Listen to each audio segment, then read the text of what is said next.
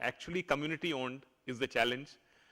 Some steps have been taken, many more need to be done. We need the presence of civil society organizations on a much larger scale to hold systems accountable and to build capacities among communities, something which is happening in Karnataka. I am aware that the Karuna Trust and other NGOs are associated with the government of Karnataka in training of VHSCs. Ultimately, that is the level we need to invest in much more. The system strengthening, as was pointed out in the morning, yes, if you have large financial resources to spend, you better have good financial management systems, program management systems, and data management systems, which tell you how your system is doing. If you're working with public systems, you ought to have standards and hold your public systems also accountable to them. The capacity development requirements, I only wanted to mention the family medicine program also, which we have started with the CMC Vellore. The first batch, we managed to get about 70 doctors from Jharkhand, Bihar, Orissa, Madhya Pradesh to join a distance education program with CMC Vellore. MBBS doctors either want to become managers of health systems or they would like to hone their skills in clinical skills. This program helps them to do that without withdrawing them from the system.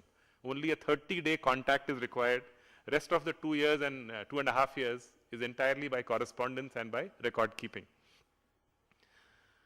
The large range of innovations, I will not go into them. I think I have already exceeded my time, only to show that not in one state, but state after state, different innovations have been tried, some successful, some not so successful, many of them needing mid-course changes, and each of the studies here, I think it's a real useful evidence to go by to further improve the innovations which many of the states have tried.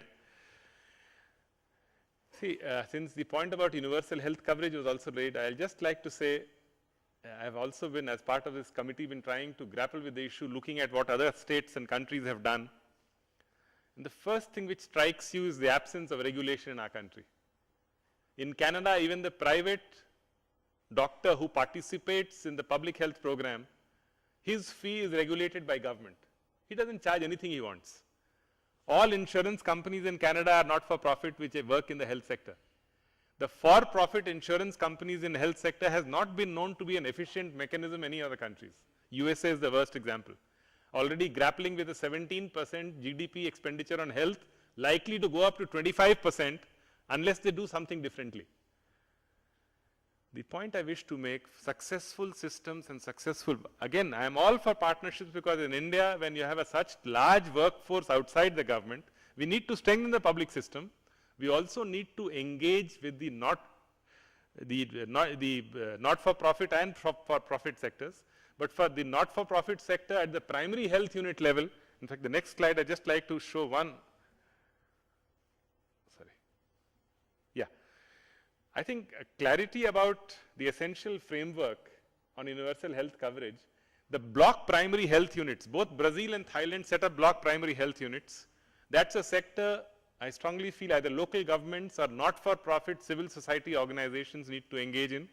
Hospitalized care, perhaps both in government and in the private, there can be good ID-based solutions, but only if there's a gatekeeper role played by the primary care system.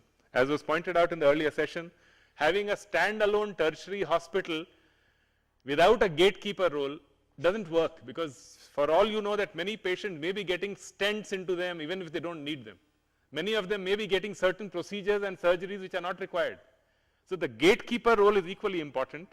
Therefore, the need for regulation, the need for a wider understanding, and block primary health units necessarily have to address linkages with water, sanitation, nutrition, etc. I know there is it's endless, something with which you've been associated for more than 5 years continuously and across the country. Many visuals keep moving in my mind, and I was just telling somebody that I have only one more wish left, and that is of the 643 districts of our country, I've seen about 578 of them so far. The remaining ones over the next 2-3 years, I do wish to see all of them. But the only message I bring for you, academicians and others from across the country, with all the failures of systems across our country, there is one thing which has not died, it is hope. Any village that you go to in our country, in spite of misadventures and absence of care and everything, there is still hope that something may work. You will still find a few motivated youth and women in any village in the country today, willing to do something more than the normal call of duty. democracy has raised aspirations.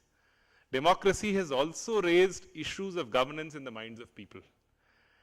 In my own state of Bihar, which I happened to travel again recently, it's very encouraging to find that if the sub-center has not opened, groups of women have gone and locked the building, said the ANM has not come for 10 days, we will not let her open it unless and until she says sorry, unless and until her salary is deducted. We need to move towards more accountable systems. The Public Service Act, Madhya Pradesh has introduced it for certain sectors. Bihar is now introducing it for certain other sectors. Interestingly, a lot of the governance debates, and again, looking back of the last 5 years and before that in the Sarva Shiksha Abhiyan, I must say, among all the states, we find a lot of positives. There are a few states like Jharkhand, Uttar Pradesh, Maharashtra. Maharashtra was a well-performing state at one point, but we are a little concerned because the kind of jumps it ought to have made, that doesn't seem to be happening anymore. Karnataka is another state which luckily in the last few years it has picked up, but in the initial years, we felt that lot more needed to be done, because if you look at the physical facility, Karnataka probably has much better than Tamil Nadu. It has had 2 rounds of the health systems project. But when it comes to actual service provision, it struck me very remarkably when I was traveling from Vellore through Krishnagiri into Karnataka to Bangalore, that the primary health center that I stopped in Tamil Nadu, each of them was giving continuous service. I saw very good buildings on this side. Some of them have started giving much better services, but then perhaps Karnataka may as well have a public health cadre. Because unless and until something, why is it that it worked in Tamil Nadu has to be understood better. And then only many of the evidence-based solutions come. We have to begin from the problem, and we have to establish a dialogue of equals. Governance is about dialogue of equals. Governance is about institutional arrangements which lend more autonomy to local institutions. And by local institutions, it should not end only with the last tier of the elected representative. It must end with the households and hamlets and communities at that level. Thank you.